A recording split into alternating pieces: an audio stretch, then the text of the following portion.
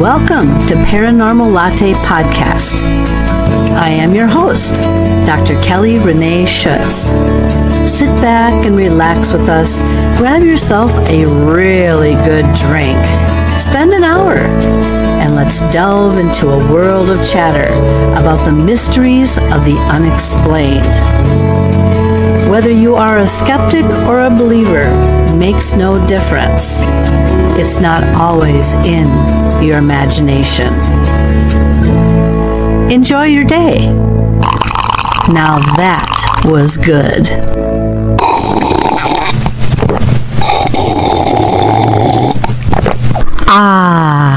Now that was good. My name is Dr. Kelly Renee Schutz. I am the host and the producer of this show. Well, tonight we have with us Susan Ahearn. She is quite a remarkable individual. She's been hit by lightning twice, have had 5 near-death experiences, have been returned by a UFO craft, and the list goes on. And yet she is here to tell us about those experiences. But before we get into that interview, why don't we learn just a little bit more about my special guest this evening, Susan Ahearn. My guest this evening is Susan Ahearn. Susan is a psychic medium, film actor, paranormal cinematic consultant, and investigator. You can find Susan on the Paranormal Ministries podcast, working alongside her travel channel demonologist co-host. Internationally renowned for bridging the gap between the living and the departed, Susan is the epitome of paranormal expertise as sought out by enthusiasts worldwide. Having had several near-death experiences herself, Susan possesses first-hand knowledge of the afterlife, making her an invaluable consultant for Hollywood on an upcoming suspense thriller film called Stonegate. We had a lot to talk about this evening, so sit back and grab yourself a blankie as we go head-on-head with Susan Ahearn. Please welcome her to the show.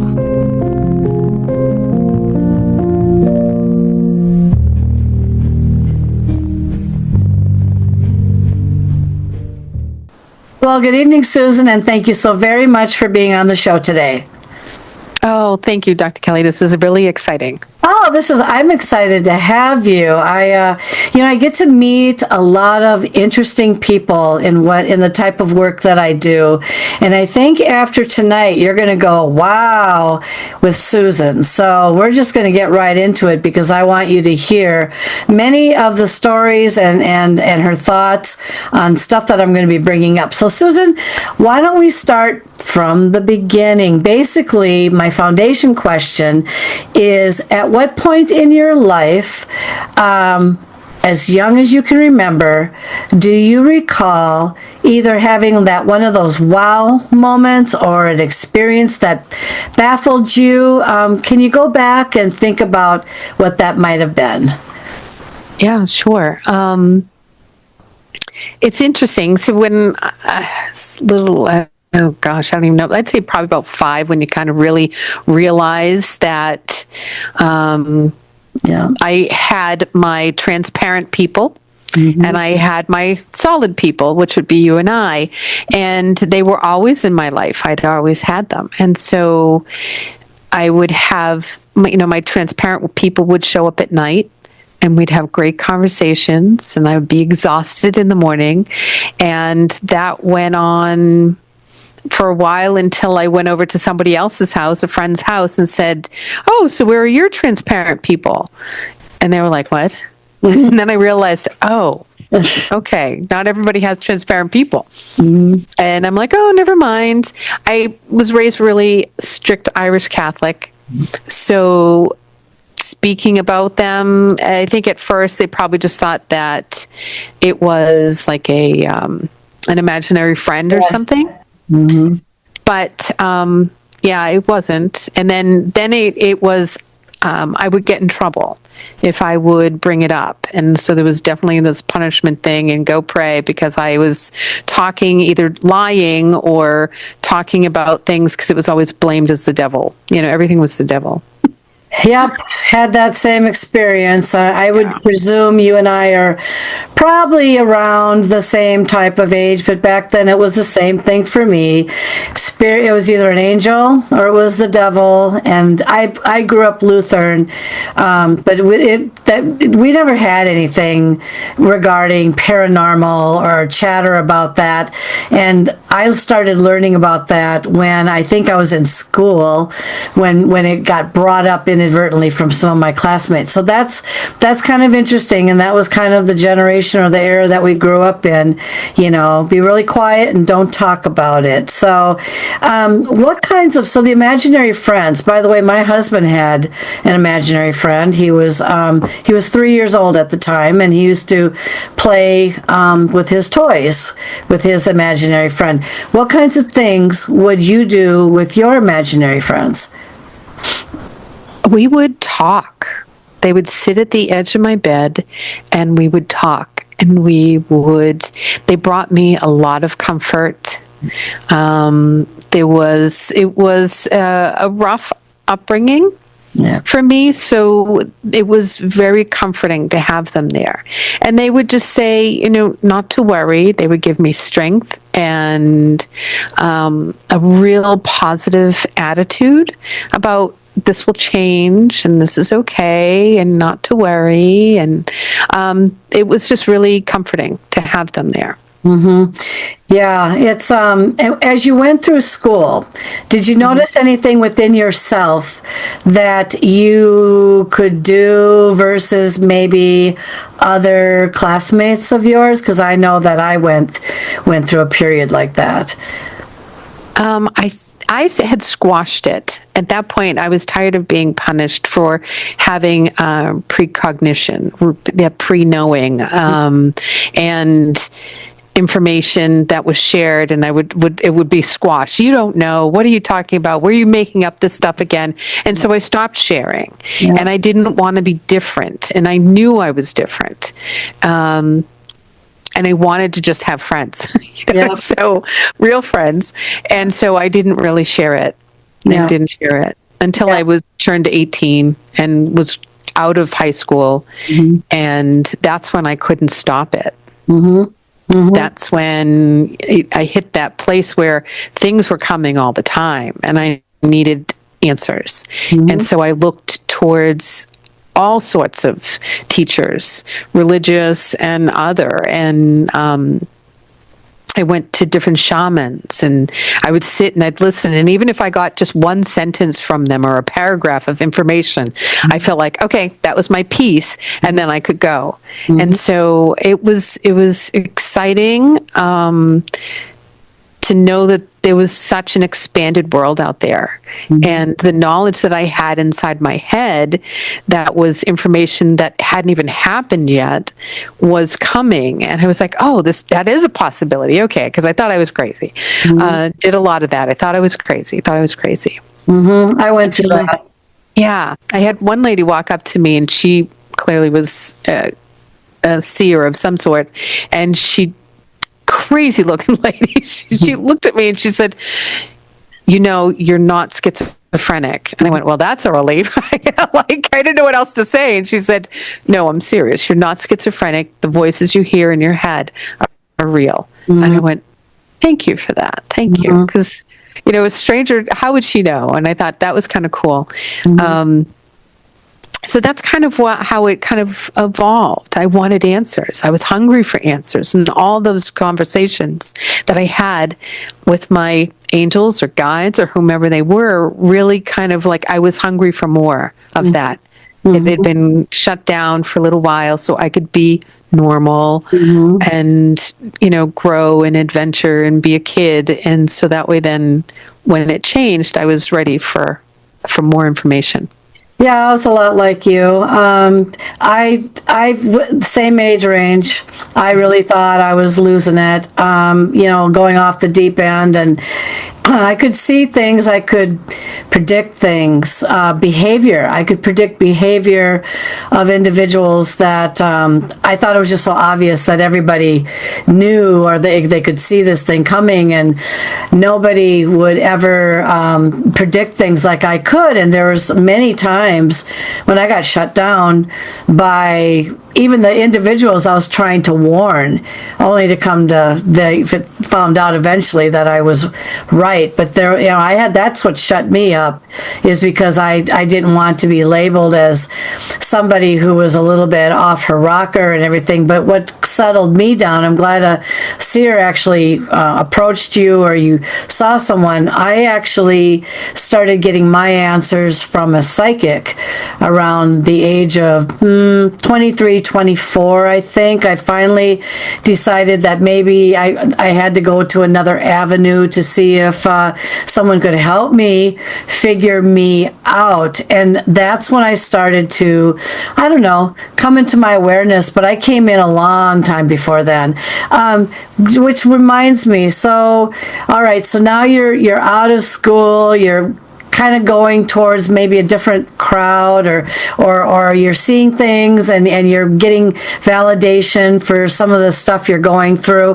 What comes next? Did you start, do you have, correct me if I'm wrong, are you a psychic or a psychic medium, or both, or which one would you classify yourself as? Both. Okay. Yeah. Would you explain to everybody the difference of the two, and then what makes you unique as you? Oh, sure. So I was a medium first, being able to see and connect with those who have passed.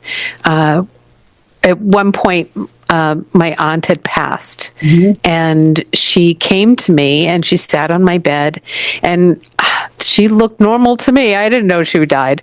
But so she's sitting there and she said, well, go downstairs and tell your mother, blah, blah, blah. And she told me something to tell her. And I said, okay. It was just like a normal whatever kid thing. I don't know.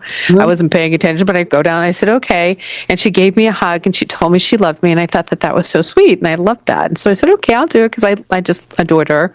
And I get downstairs and I tell my mother, because she's sitting around with her sisters drinking coffee. And I said, Auntie said, blah, blah, blah. And she got so mad. She goes, how did you, I must have said something that they knew was happening that only I would have known, only somebody that would have talked to her would have known. Right. And I had no idea.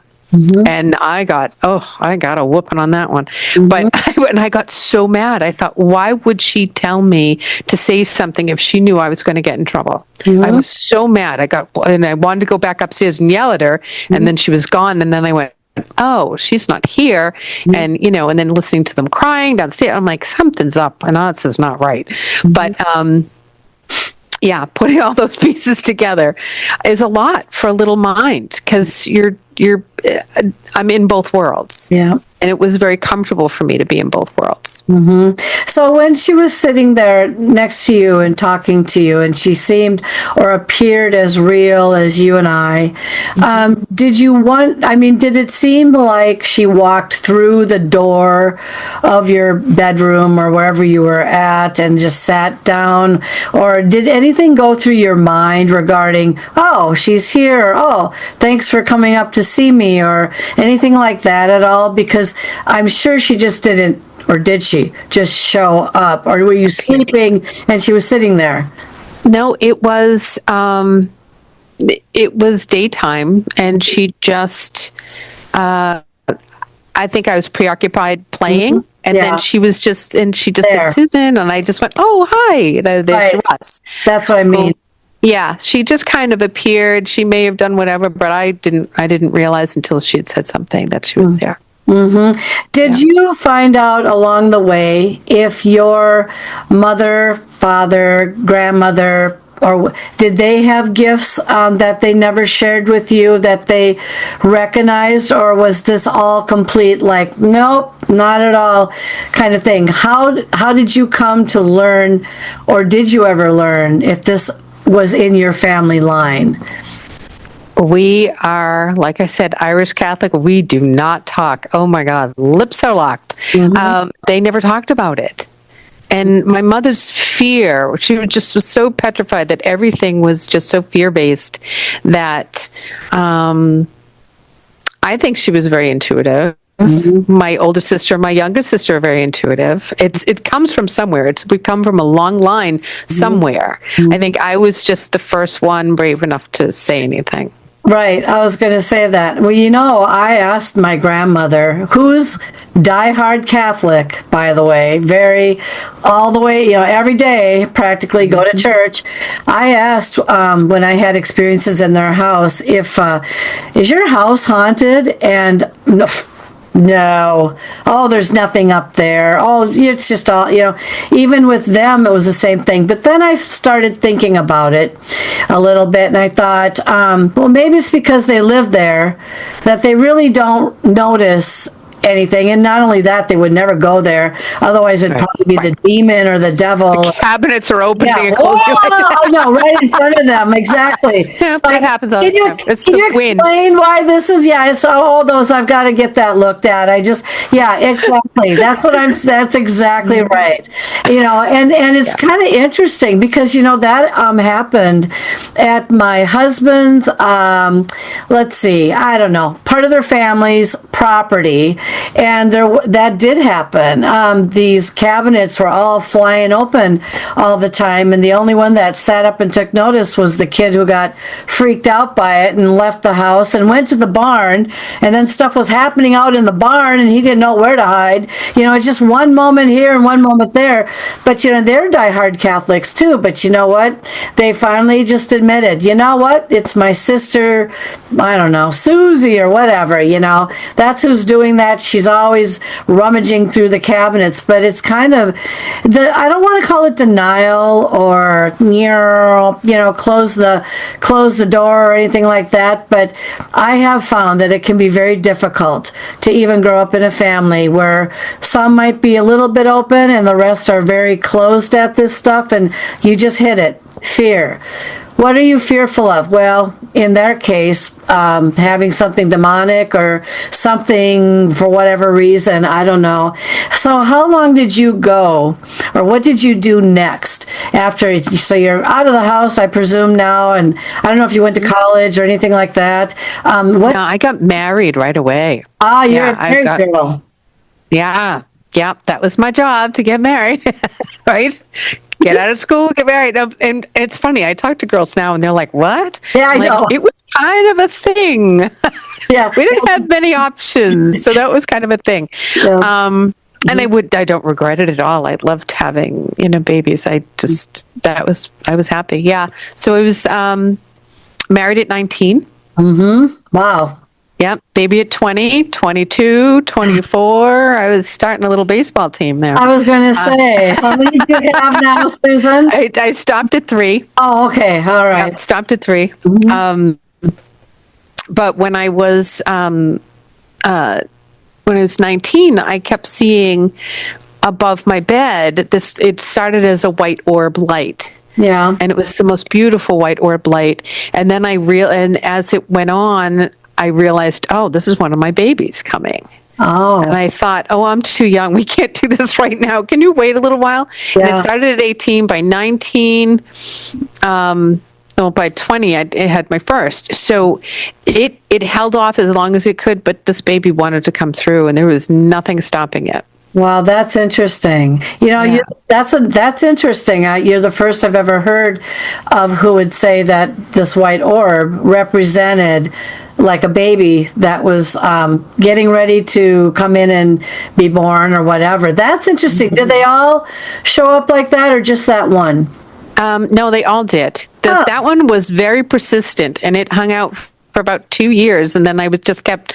At first, I didn't know what it was. It woke me up at night, and I would just wake up punching it because it was like right in my face. I'm like, what's happening? And boom, boom. I was like Yeah. kicking, trying to get it away, petrified, because you just don't know what it is. Yeah. And then I started asking and working with different people, and that's what came out. And I went, oh, we need to slow that one down. Yeah, that's interesting. Now, I have cameras up in my house, and I know these orbs are always flying around. They're here. They're in practically, I would presume they're in practically everybody's homes. They just don't realize it, or they don't see them, or whatever. And I have seen some very intelligent movement from one particular orb when at my dad's picture that had never, ever, ever, ever fallen down.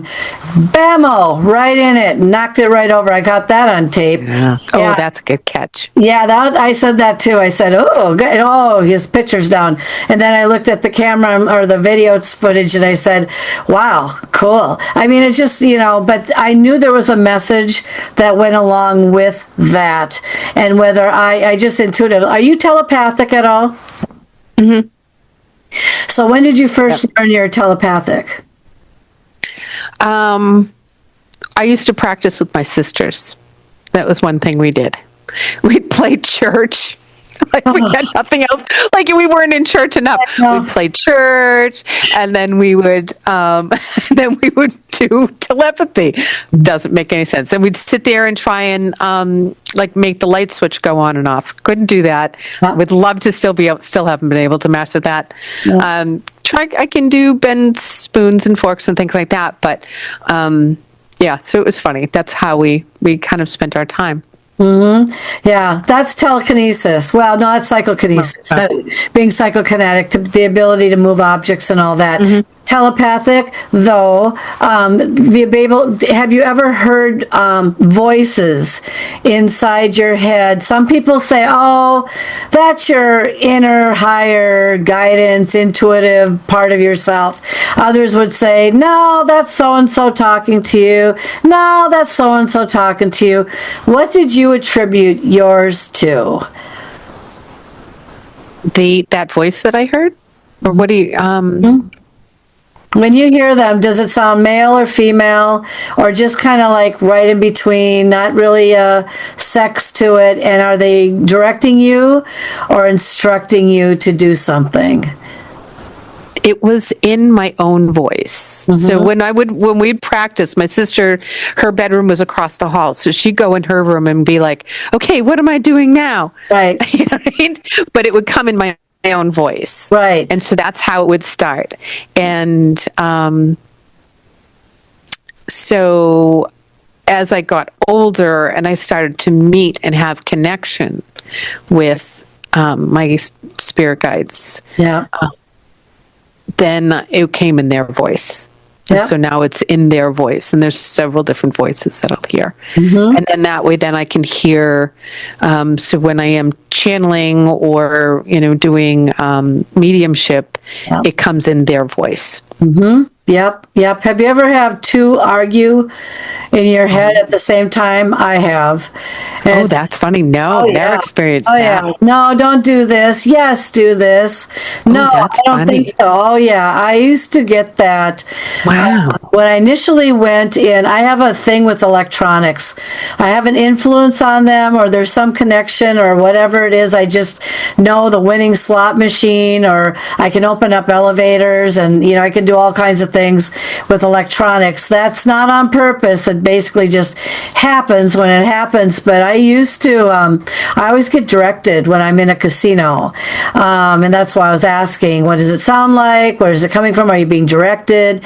Because mine will direct, and then all of a sudden I'll get this argument, good person, bad person, yelling through my ears. And it's just like, shut up already, that kind of thing. And, that was earlier on. I haven't had that for quite a while, but I did have that for a number of years, and I don't know what that was or where it came from, but that's why I was just curious. If you've ever been directed or channeled, I've been channeled to write books. I've written books that I've never, whodunit books that I've never ever. Love that. Yeah, never read one, never went to a play, nothing before that. And I just was directed and channeled, you need to write a couple whodunit books. And I said, you are kidding me, right? So I'll even talk back. I don't know if you ever talk back, but I talk back. Oh, I do. Yeah, so I'm not doing that. You should see me argue with myself at a casino at a slot machine. Sit down. I'm not sitting there. It's a boring machine. I'm not going there. You just see these people kind of like make this thing around me, you know. But so what are some of the things that you feel like something has channeled or come to you that you just know in your gut that you need to take, I'm going to use the word advice, but take that direction or whatever? Anything come to mind?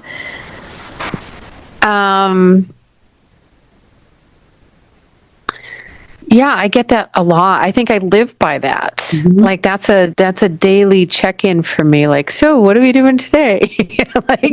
Checking in with my peeps. Mm-hmm. Where are we going to head off to now? I especially during COVID, it was a very centering time for me. Yeah. And if you believe in past lives, this wasn't my first plague. So I was like, oh, I've done this before. Yeah. It wasn't scary. And so it was very centering and very calming as far as I got a lot done. Yeah. I went to school online. That's how I started, paranormal cinematic consulting work. That's how that came about. Yep. And during a book club. And I kept saying, they're like, just join this book club. And I'm like, no, I don't want to join the book club. And I had an accident just prior to that where I had a cathedral ceiling fall on my head. Oh, for God's sake. It was wonderful. Oh, God, I got to write that down. You know, I already started a list on her, everybody, and you don't understand. This is like cool. I mean, not cool. But you had it fall on you? It fell on me. And so write it down. Where it hit my brain, I couldn't do numbers and I couldn't read anymore. And that was such a bummer. I had to teach my brain to read again. And so that's when I kind of laughed. I'm like, you want me to be in a book club? I can't read. This is funny. Are you being serious? Like, I'm like, if you're just being a jerk right now. And they're like, no, this is really important. Trust me. And I went, okay, all right. If they say, then and I usually do. They've never steered me wrong. I've never been in harm's way. Anytime it was me. I put myself in harm's way.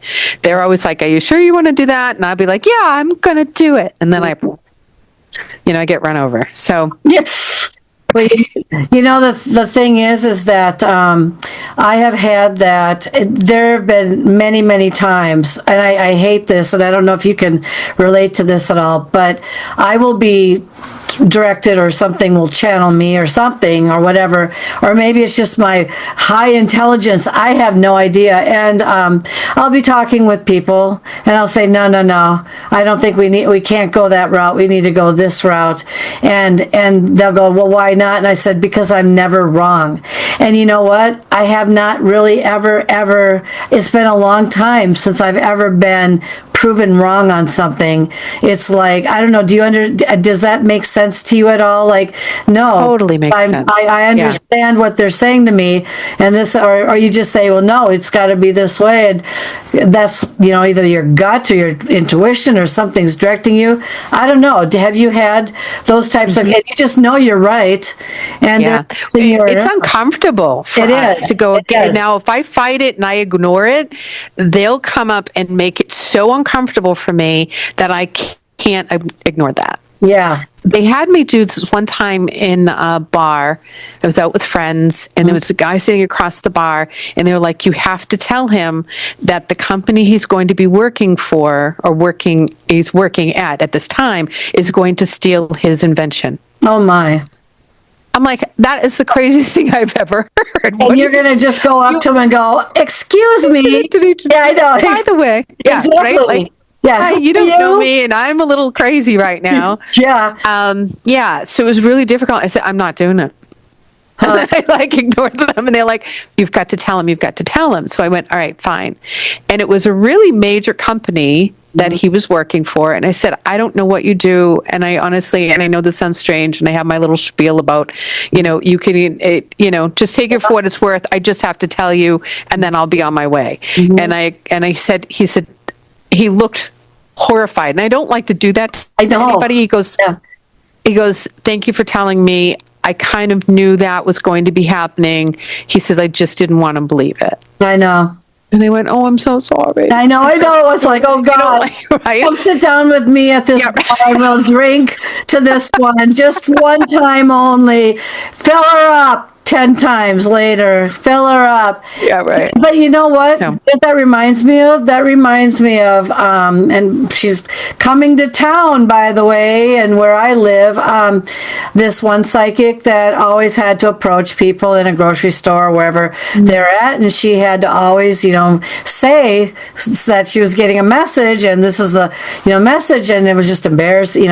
People get embarrassed. Yeah, I know it's hard, because what do you do if they look at you and go, I'm sorry, who are you? Why are you saying this to me? And then you just feel like, lady, buzz off. Yeah, 1 inch tall and walk away, right? You know what I mean? Right. Right, because we don't know how it's going to be received. Correct. It's always has been received nicely, and I've always tried to deliver it nicely. But then I had to stop drinking because I was then on all the time. The wall comes down. The wall comes down for me, and then I'm getting information all over the world that I can't do anything about, and that's upsetting to our nervous system. That's another thing. Here's a story that goes along with it. I had never forgotten this story because I travel a lot and I fly a lot and drive a lot everywhere. I travel a lot. And I remember a psychic had told this one gal, she said, I need to warn you of something. You're going to be in an airport. You're going to be rushing through the airport because you're going to think you're going to miss your plane. Do not get on the plane. The plane is going to crash. Now, you have a choice to make at that point in time. Lady, I just spent $2,000, or I'm going to such and such, or it's impossible to get these connections. All these things go through. All you think about is I've got to get on that plane so I can get home or get to my next destination, or because it was spendy. Well, what do? You have to make an executive decision. So, of course, she got on the plane and the plane crashed. But the thing is that there are going to be moments in people's lives where they have to take this executive decision and figure out, what do you do? What if she didn't go on the plane, and maybe that changed the trajectory of everything, and then the plane did not crash? Then can you imagine the extra headache? We all know what it's like at an airport. There's headaches at an airport. So, right. Does that make sense to you? It's like, at what point? It does, but I wouldn't get on. Like, I trust my guides so much. Like, they're the only people in my world that has never steered me wrong. Yeah. Ever. So if they wake me up and say, well, actually they did. There was an interesting story, but you just listen to it. I just listen to it. It's hard to make those calls sometimes. Huge trust. Well, that's and huge the thing is, trust. Or you can see something play out in front of you, such as the stealing of the idea or whatever, or people trying to target you and sabotage you at your job, or talk smack about you and make up stuff that you've never ever did ever before. I've always been the target, by the way, of every situation I've been in. It's like someone realizes that I'm just a little bit too much, I'm going to say too intuitive, or a little bit on top of my game, and then they want to take you out because it's like too much of a threat. And I've hated that part about me all my life. I used to have people come up to me and say, you know what, you scare me. And I was going to write a book saying I scare people, and it's just kind of weird, because it's like, why would somebody think that when I haven't even opened up my mouth?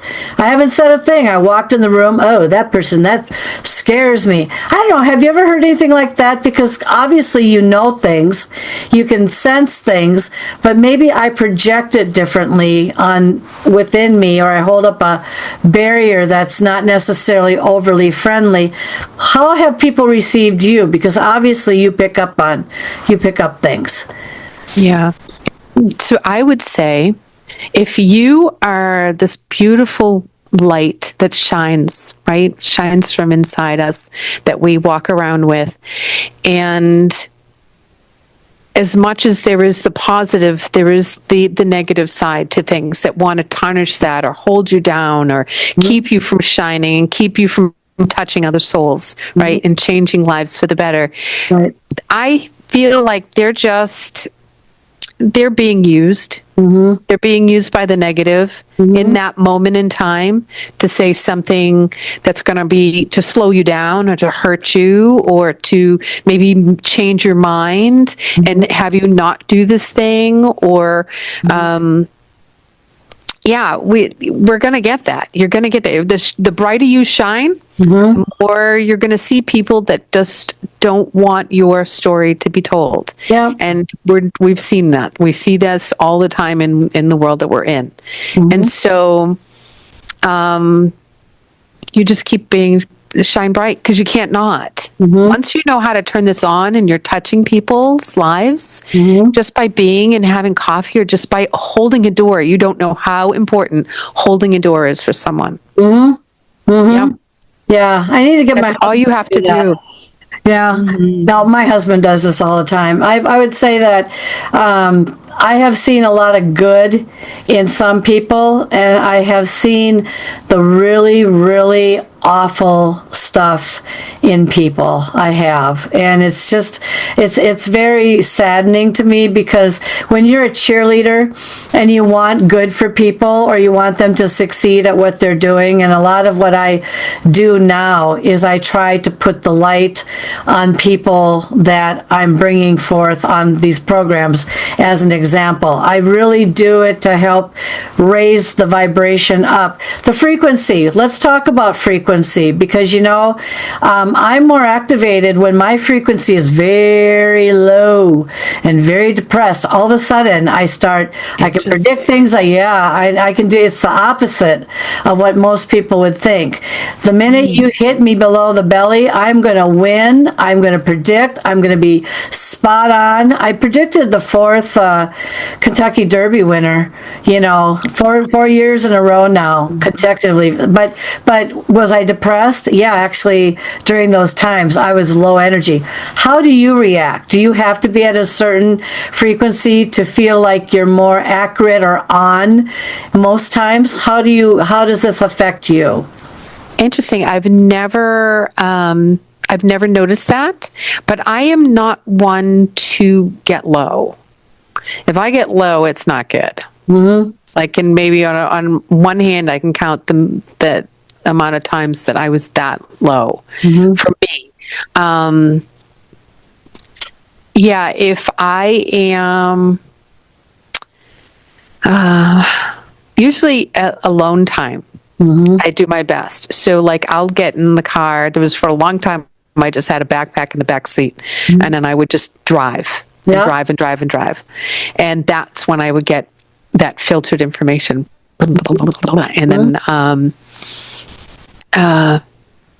alone time is better for me. Is it kind of like your meditation time? Do you find that you're meditating during that time? No. No? I can't. I am so ADD, I cannot meditate. I cannot sit still, and it's so painful. And I'm like, look, you're going to have to come walk with me because I can't stop right now to talk to you. And they come with me, so they know. I mean, you picked me. That's what I always say. I remind them, you picked me. I was just somebody doing something here, and you just decided I was going to be the one. So, we go for walks. I have to be out in nature. I have to be in nature. I don't care if it's at the beach or the mountains or anything in between. I have to be there. I just love it. And that's when I get plugged in, and that's when I can do my best work. And then I go, okay, I'm better now. I can deal with people. And I know we talked about you writing a book, and I think you just need to bring a pad and a pencil with you next time, and you'll have your book all written before you know it, you know. If you had to write a book, do you have any idea what you would write one on? I am collecting like stories of my life. I've had a lot of like 5 near-death experiences, and getting struck by lightning twice, and getting hit by a car when I was working. Oh God! The ceiling thing Falling on you.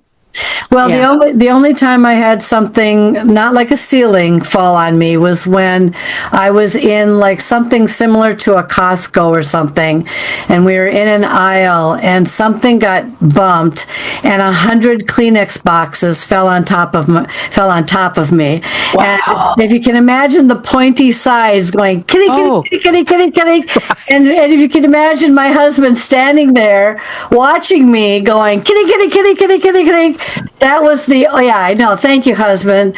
You know, where are they? Because it's surreal. I know. It's surreal. You're like she's getting or what is it? An avalanche. An avalanche Right. of Kleenex boxes are falling on top of her. So then you could probably just see me putting my hand up through them going, would you help me out of here? You know, I mean, but I'm done blowing my nose. Can I get some help? Exactly. Or just open up a box and throw out a Kleenex, you know. But you bring up a good, you brought it up, so now it's time we're going to talk about it.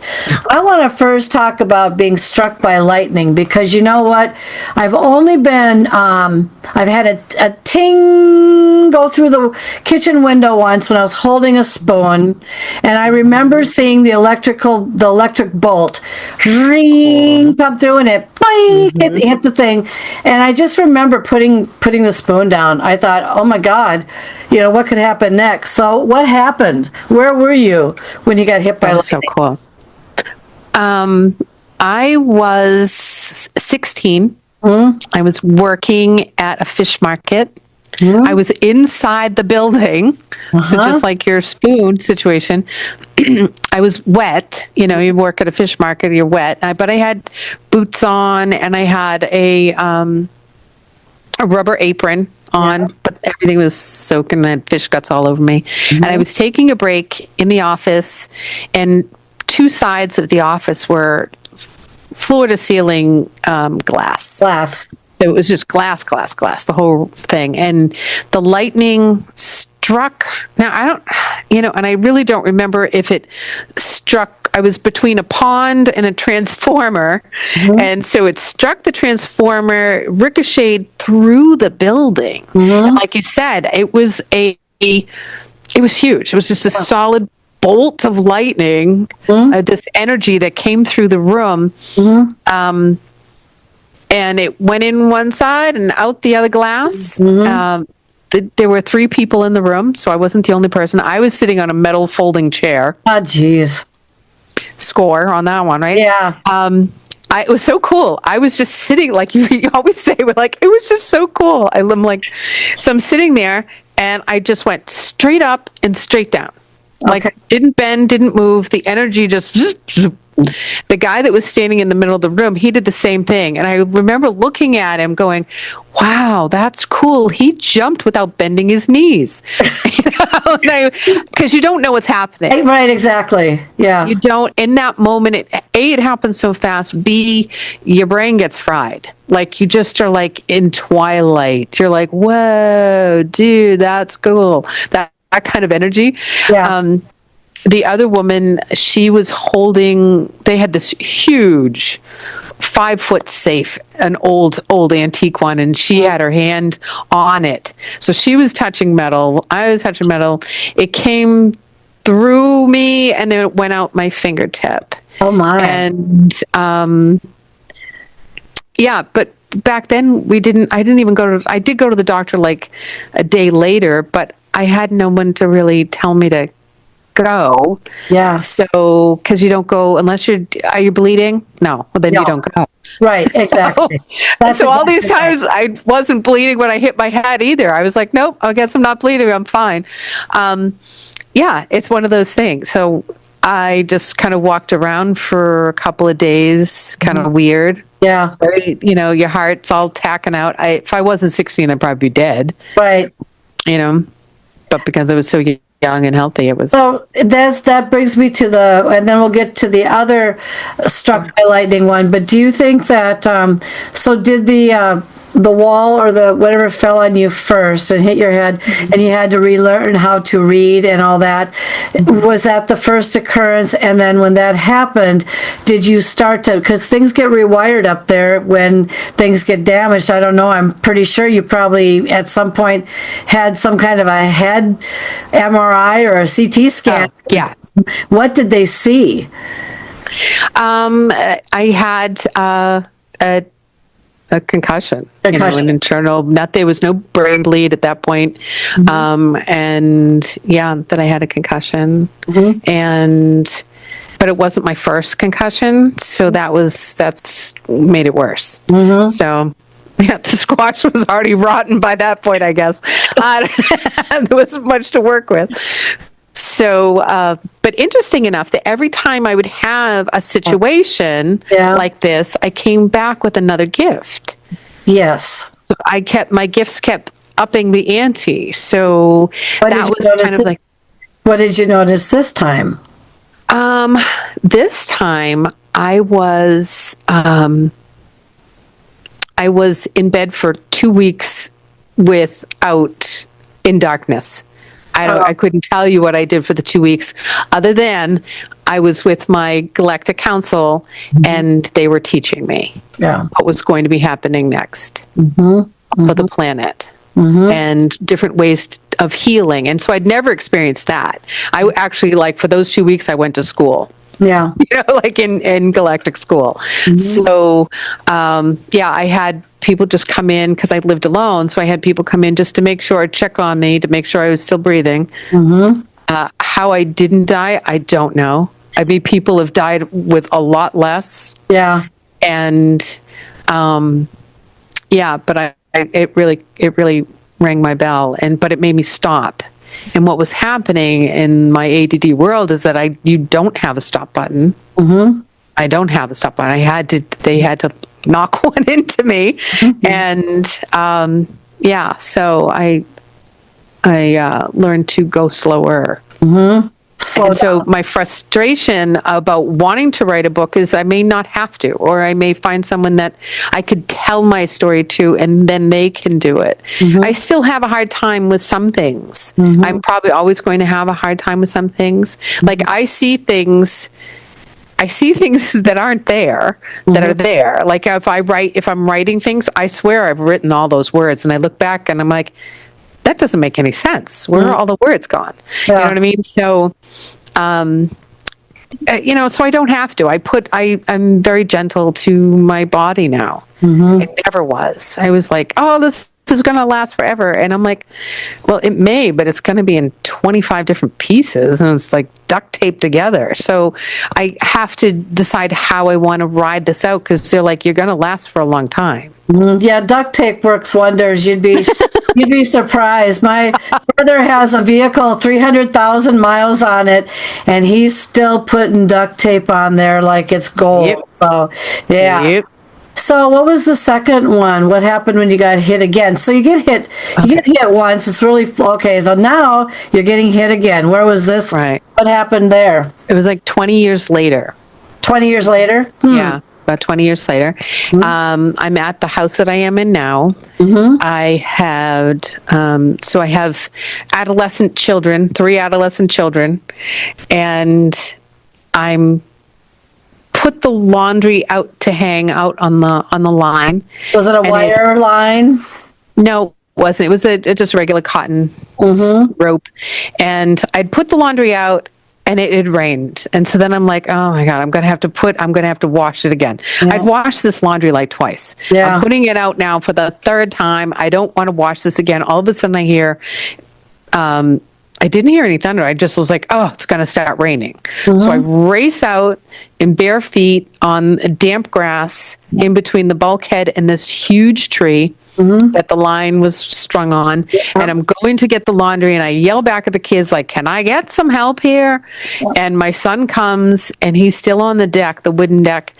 And the lightning, which I never knew lightning could come up through the ground. Yeah. It comes up through the ground and then it meets. Right. And I never knew that. And so that's what happened. It came up from the ground and it came around me, and it was the most beautiful blue. And I felt something happening, and I told my son to stop. And that's all I got out. I didn't even get the whole word out. And he just looked, and I went, okay, he realizes something's happening. He's not coming. Thank God. I didn't want him to get shocked too. And he said my hair was up. He saw this blue light around me. It just came up, and then it went down, or it went. I don't even know how. At that point, I was out of my mind. So it's like having, I would assume, a frontal lobotomy. Yeah. Because I was just like, everything was fine, whatever. If they asked to take the car, I would have went, sure. Yeah. None of them had their license. So, I mean, I would have been like, sure, go ahead. Can we order pizza? Sure, go ahead. Yeah, stop at the liquor store on your way home. Yeah, right. Oh, don't worry. I'll vouch for you. Yeah. But like, should we call? And I'm like, no, I'm fine. I'm just going to lie here. Oh, God. Don't worry about me. And I did. I lied there for about 3 days. And crazy. So that blue essence is very interesting. Very interesting. Very interesting on that. And where is that coming from? I don't know if I've ever really seen that. White, maybe, but blue? It was amazing blue. And that was another thing. So after I hit my head, the galactic teachers now they're not my regular guides. These galactic people were like, they were pretty up there. So they said that there is a way to see that bright blue, that I'm going to be able to see that. Like if I am in a dark room, I will be able to see that blue again. So I don't know if it's within me, or I can utilize it, or I can see it. I've only seen it once, and I had no idea that it was what it was when I was, when it was happening. So, I'm just trying to figure out, I mean, I know about auras, how, the aura wall covered, but that's not, we're not talking about the same thing here, are we? No, we're talking about, it would be, if you could imagine like a ghost, your typical whatever pretend ghost. Yeah. And that energy that Hollywood has off of there, it would be like that without a ghost inside it. It's just this kind of like an aura, but not. It's in more of a physical form. Yeah. And so that was one of the like kind of cool things. Are you a starseed? I would say yes. Yeah. I would say yes. I know that I am.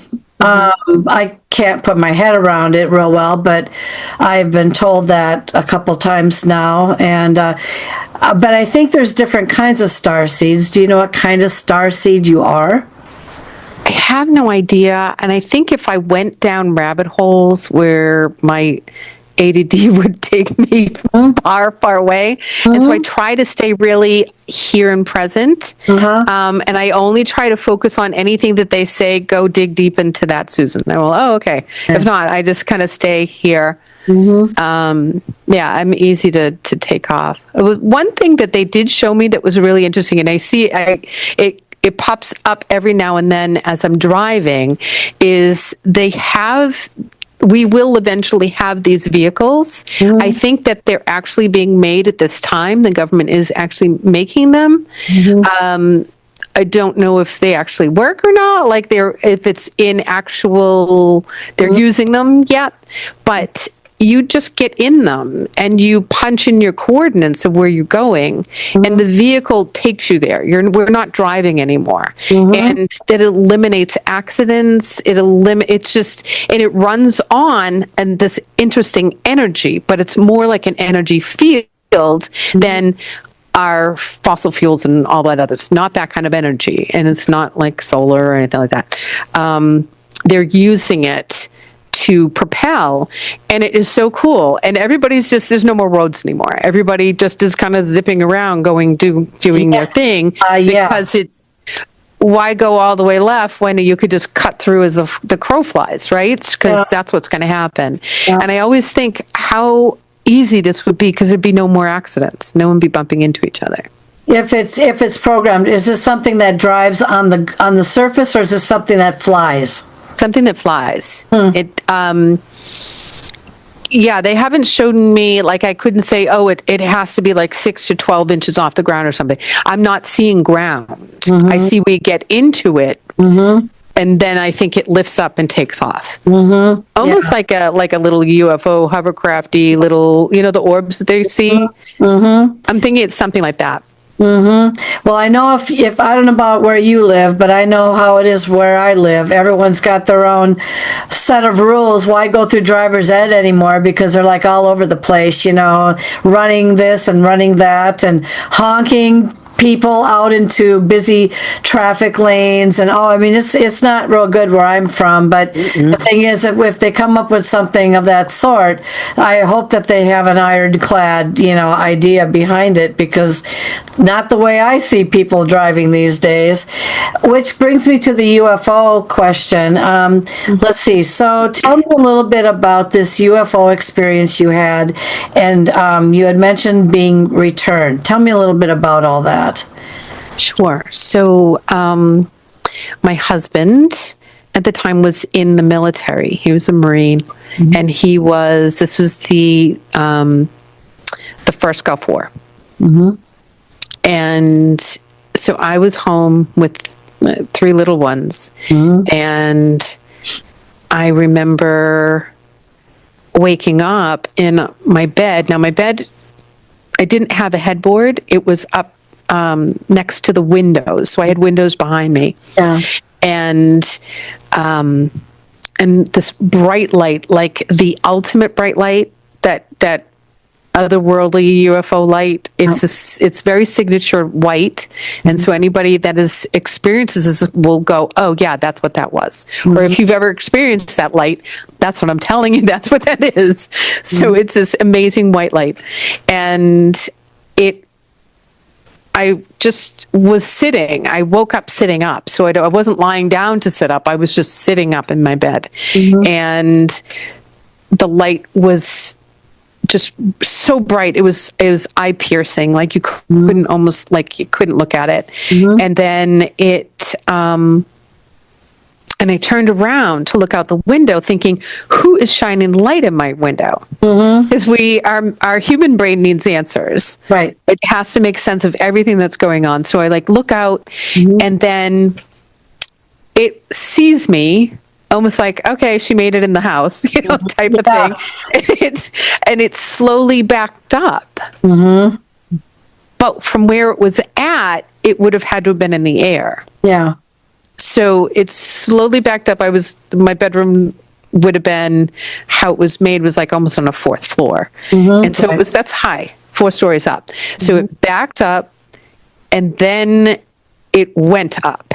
So that's not, and there's no airplane. Like my brain had to go, maybe it was a helicopter coming in. Maybe it was an airplane. Maybe it was like, at that point I worked on the police department, and I'm like, well, maybe they needed me to come in and they were trying to wake me up and shine the light on in my room, or because I was on call a lot. And so I'm like, my brain was trying to come up with everything and anything. And when the light was in the room and I was still kind of, deadpan sitting there, staring and very confused, but I'm waking up. I'm groggy. We had a TV that was those big, horrible, big, huge square ones. Yeah. They were just, it was like an elephant in the room. That was on, and it was doing white noise. And so once they left, the light just kind of like, whoop, and then I sat back, and it was dark. The TV, everything just went off. And it was like, go to sleep, Susan. Like, stop thinking. And I just lay down and I went to sleep. Like, normally you'd like, oh, shut the TV off. Oh, the lights are on. Or, oh, I have to go to bed. Nothing. Like, I went out. I went, okay. And I woke up the next morning thinking, that was the strangest dream. But I'm like, that wasn't a dream. So now I'm checking the TV. That TV had been broken, but it was so big and so heavy that I couldn't get it down. So I was waiting for my husband to get home from the military so that I could move it, because it was going to take probably 4 strong men. And so it was sitting there. It was unplugged and it was broken, but it was on that night. And I'm like, that was crazy. And where do you think they took you to? Some place? And what do you think they did with you? And did you notice anything in your body or how you felt the next day? It was very peaceful for me. That transaction of whatever that was very peaceful. It was very familiar. I wasn't afraid.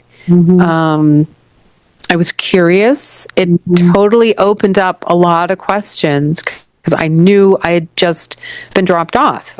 But where? Where'd you go, Susan? Do you remember? Nope, don't remember anything. My children also had experiences, I believe. My daughter started having night terrors after that. Yeah, really strong night terrors. The oldest, who was still young, I don't even think he was more than 6, he had seen what he called, there was a tall, either it was a tall gray, and then there was a short gray. And I think that's what he saw. And he remembered seeing it. And then he remembered exactly what I saw. So I think that they probably took us all at the same time and dropped us all off. And they do say that a lot of military families are exposed to these type of situations. So it was very interesting at that time. You don't think the government had anything to do with this, do you?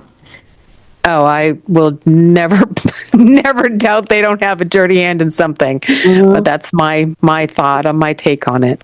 Yeah.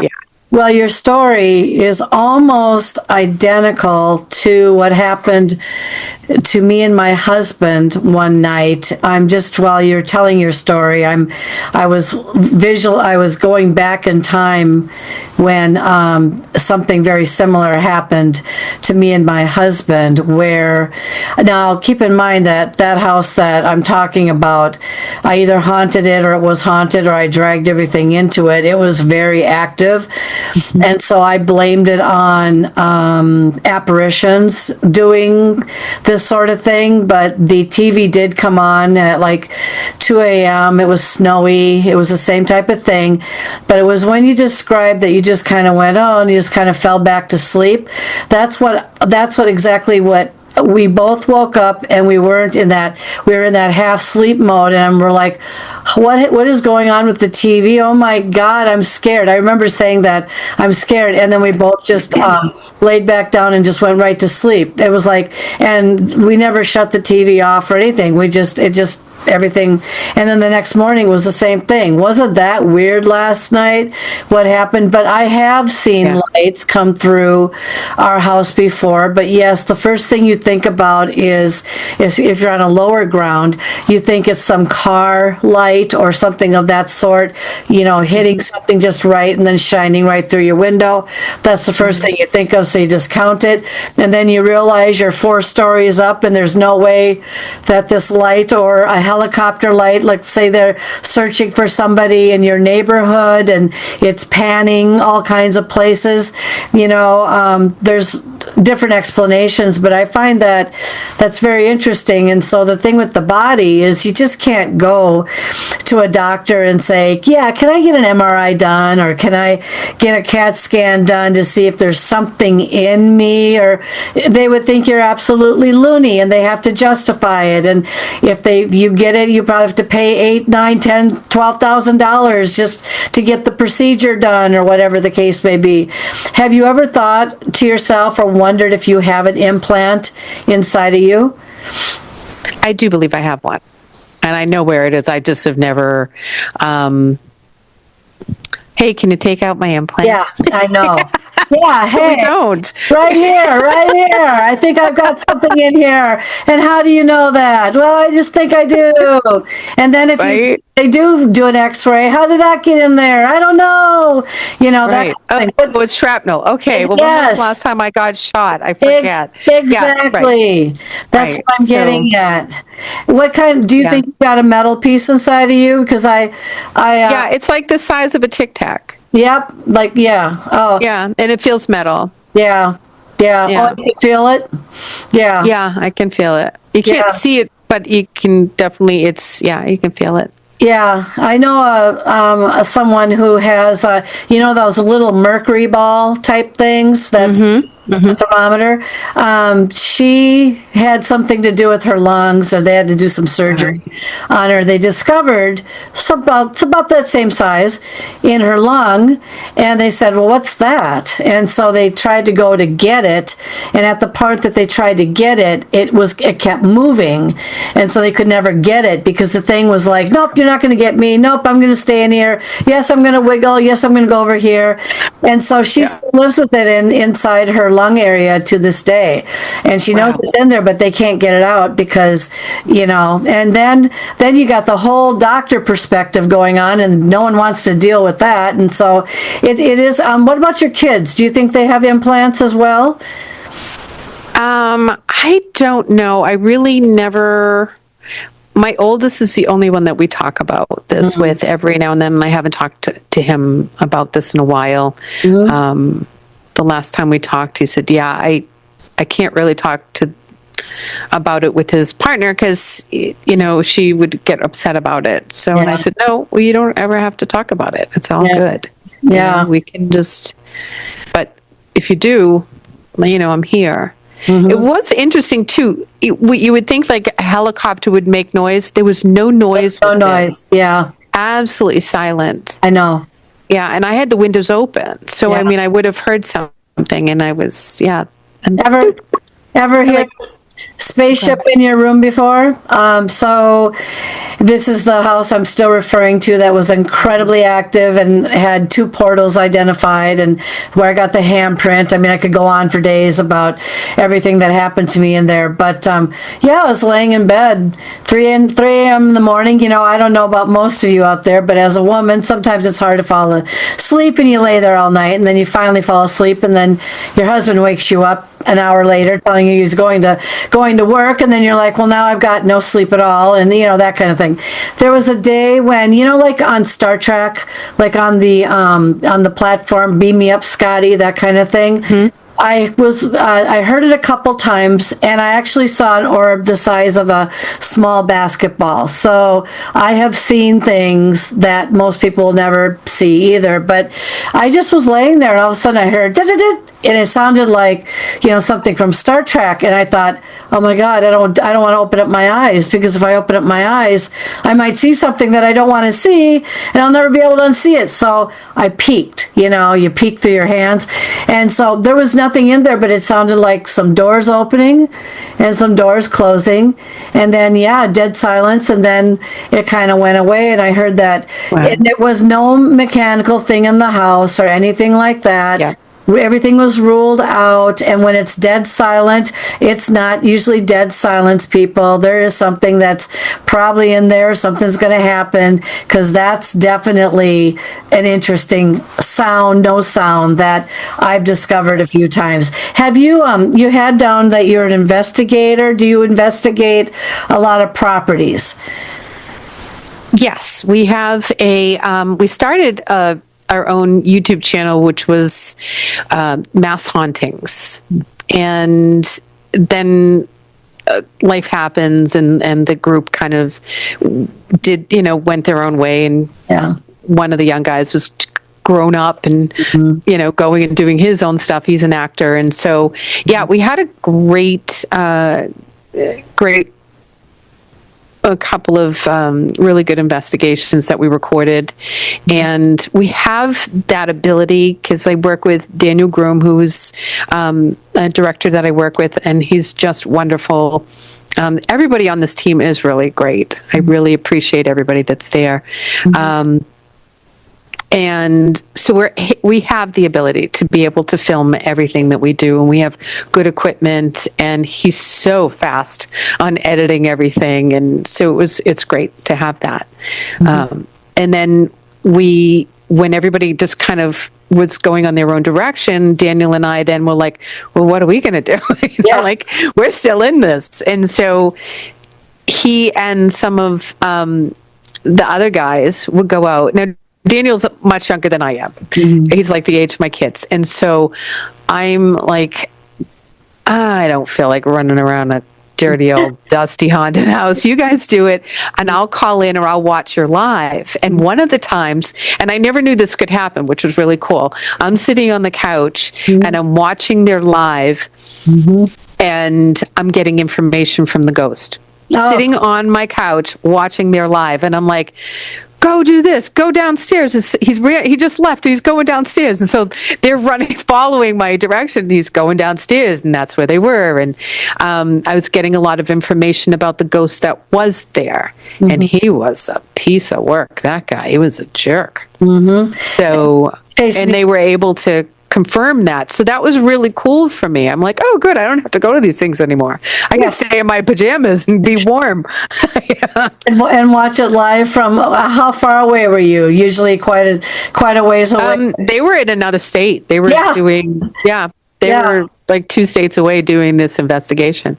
Do you find that through you have also 5 near-death experiences down here, and with all these things that have happened to you, do you feel like you're continuing to strengthen and evolve in your abilities, or do you think they come and then they go depending on how you might feel? What would you say?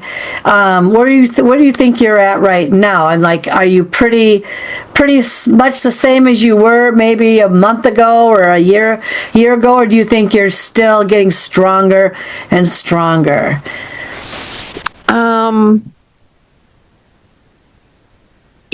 I think that it's shifting. It's shifting. It's not, and I wouldn't say it's like stronger or weaker. I think the only time it would maybe be stronger is if I listened better, because all the information is there. It just depends on how I am receiving it that day. So what I ask then is to be healthier, to be more energetic, to be more grounded, to not be so triggered by the things around me, because when your light gets brighter, they definitely send things in to distract you. And they're like little speed bumps. They're little, but I'll start off going, okay, Susan, we're going to drive today, and you're not going to say anything mean to anybody on the road. You know what I mean? Like, we're going to start being really nice today. And then someone pulls out, I'm like, blah, blah, blah. I'm like, that was good. I don't even think we made 5 minutes. Great. Yeah, I know. No, you go home and do it again, because that was not good. So and I get triggered, and so they go, okay. So then I will put something loving on top of that, and that's all we can do, because we're humans. We have this human experience, and so we will be tested, and then we just self-correct, and that's all we can do. And no one's perfect, and no one's going to be without challenge, and no one's not going to have suffering. We're all going to have some type of suffering. It's the human experience. Love is the human experience. Suffering is as well. It's how we navigate, the love that we bring into it, the family and the support that we have behind us as we all go through this together. That's what's going to be key. That's, and as we go into a wrap up here, the final question I would have for you is, okay, so I'm just thinking about all the experiences that you've shared with me and us, of course, as the audience. And I'm just wondering, all right, so it does not sound like, from what I gather, correct me if I'm wrong, have you seen, or even in your mind's eye, an actual alien gray or an alien of any other sort? We'll start there. I'm just curious. Have you, or in your mind's eye, have you seen what you believe to have had an encounter with an actual being of some sort? Yeah. Yes. And this is kind of a fun story because I think it's so the small grays are not supposed to be seen. When they're seen, they almost have to, how it was explained to me, it's kind of like abort mission. They're supposed to go undetected, but when they do get seen, they get kicked out. So I wake up. It wakes me up. The energy wakes me up. I'm now used to feeling, oh, something's happening. So my body like gets up. I go, oh, I probably have to go to the bathroom. So as I'm walking by, at the end of my bed is this little gray. And he's petrified because he's like, huh. And he doesn't move and he just stands there. And I walk past it and it almost was like, oh, she didn't see me. And I went, I saw you, just so you know. And I kept going to the bathroom, did my business. By the time I came back, it was gone. But I just was like, I got you. I know you're there. And now you're going to have to go. So I don't trust them. They're sneaky. I've also been told that they can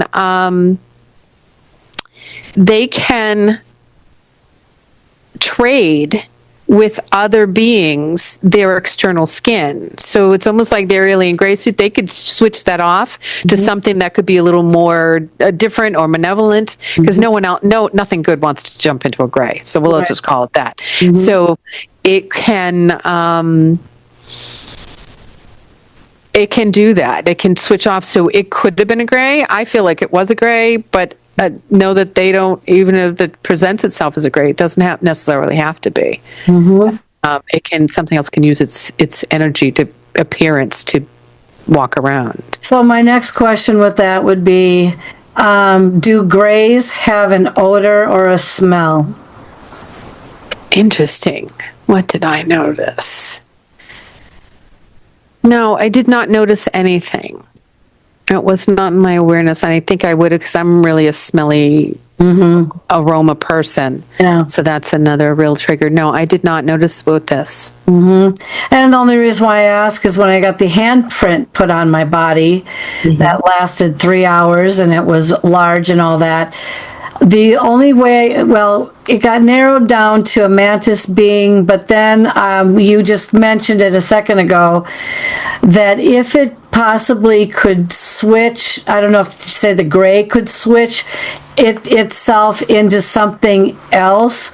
That's where it had kind of had me wondering, because I'm not even sure what a mantis being smells like, but whatever it was pretty wretched.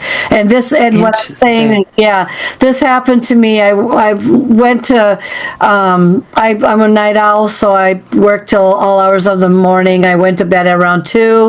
No sooner than I laid down. I mean, it was identified. There was a portal above my side of the bed anyway. I realized that the camera was picking up a lot coming through that area, and then all of a sudden this just horrific, awful, ungodly, horrific smell came over me, and I was blaming my husband because I thought it was his shampoo. And it's fun to blame the husband because then you get to yell at them and it's fun. Right? So anyway. I don't have anyone to blame. Yeah, right? Yeah, interesting. Every time that I've seen something, I've seen a tall gray, the short grays, and a mantis being. Okay, you did see a mantis being? I did. And then I saw something else that almost looked like, and I know it sounds crazy, but the Ninja Turtle. Yeah. It looked like probably reptilian, but he looked like a Ninja Turtle breastplate. Is it Nocturian or whatever it's called? I think it is Nocturian. Yeah. See, and I'm not really like up on my species, which I try to, but I'm like, I think that's what it was. It had, and that came through when I was channeling, and it was huge. And when something that big tries to come in to, he was like, "Oh, this is so uncomfortable." I'm like, "Oh, then get out." Yeah, I know. You know what I mean? Like, because this isn't fun for me. So yeah, that was and something else too. So. That's interesting. Yeah, I've always been trying to figure it out, and then I had this, it stayed on my body for 3 hours. It was blood red purple. It was like it was a tattoo right here, but it was over my COVID pneumonia area, which had a block in it at the time, and it's not blocked anymore. They said it was going to take me probably years to get that that out, and that's exactly where, but it was an upside down, looked like hand, long fingers, but it was the crooked finger gave it away. I don't have crooked fingers, people, look. And so And it didn't have all 5 either. They don't have all 5 fingers. So it was confusing because I did count 5 digits, but that doesn't mean that something else wasn't there or didn't burn, and then it. Well, they don't have it's not like a normal thumb. No. Yeah. No. And so weird. And then for about several months after that, I asked every psychic you could imagine, or 5 of them, and they all gave me it's this, it's that. No, I don't think so. No, it's not my hand. It's not my hand, and so then basically the bottom line was, a male psychic said, well, you're healed, right? Yes. It could have been a mantis being. I said, yeah. And it had so I had a dream, and it looked like a human walking away from me, which looked like a female, like my husband's cousin's daughter. And when it turned around slowly, that's when I saw its face. And when I saw its face, it was a black COVID mask, big black eyes, parted down, pulled back, and I just absolutely freaked. And I woke up, I was full of sweat, my heart was beating out of my chest. I said, don't ever show it to me again. Thank you, whatever you were, thanks for healing me, but don't ever show. And then we broke it down from the COVID mask and all that sort of thing. Yeah. There must be something wrong with me, because I'm just like, I saw you. I'm not afraid. I don't know. Maybe I should be afraid. Yeah, but that's what I was just saying. Feel like, no. You're looking over going, oh, hi, peekaboo, you're it, Tay. And it's just like, what the heck? If I would have seen something standing there like that, I would have gone, well, I saw in the living room a small basketball, literally, orb. It long enough for me to catch my eye. I did. And then as soon as I focused on it, it just dissolved. And I told my husband, we've got company. And that house was just lousy with all kinds of stuff. But I find it seems like you don't have fear. And when was that probably knocked out of you? What, with the concrete falling on your head, or the 2 electrical or whatever the case may be? Yeah. It was before the ceiling fell on my head. So it's like she has no fear anymore. Before concussion, so you can't blame me on that. Yeah, very fascinating. Very fascinating. I'll have to have you back. My God, I don't know. Maybe we'll talk some more. Yeah. Yeah, and I'm going to be meeting her very shortly. By the time this airs, I will have met her in person, and we'll have her back on sometime next year, I hope, and we'll get this all figured out. But very interesting and very enlightening, especially after all the near-death experiences or you could have had in your life, and fluky things and all that, and just very, very fascinating. So, well, Susan, on the show's behalf and on mine, thank you so very much for toughing it out with me tonight, and we'll talk to you very, very soon. Thank you for being on the show.